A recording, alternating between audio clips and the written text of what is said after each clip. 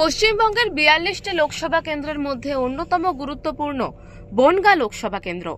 ২০শে মে অর্থাৎ পঞ্চম দফায় ভোট গ্রহণ হবে এই কেন্দ্রে।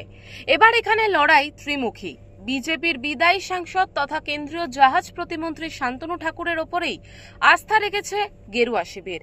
তাকে জোর টেক্কা দিতে তৃণমূলের বাজি বিশ্বজিৎ দাস, আর কংগ্রেস প্রার্থী করেছে প্রদীপ বিশ্বাসকে।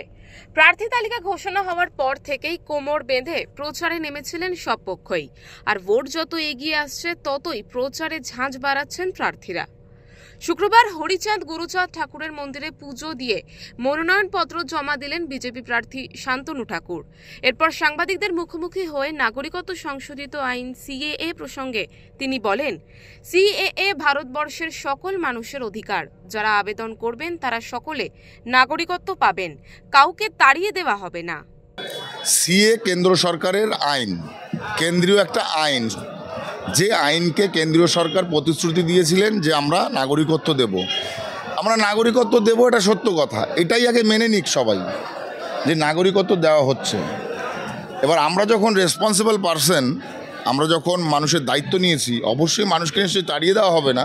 কোথাও এই আইনের কোথাও লেখা নেই যে কাউকে তাড়িয়ে দেওয়া হবে। সবাই সিটিজেনশিপ পাবে যাদের সিটিজেনশিপ নেবার প্রয়োজন।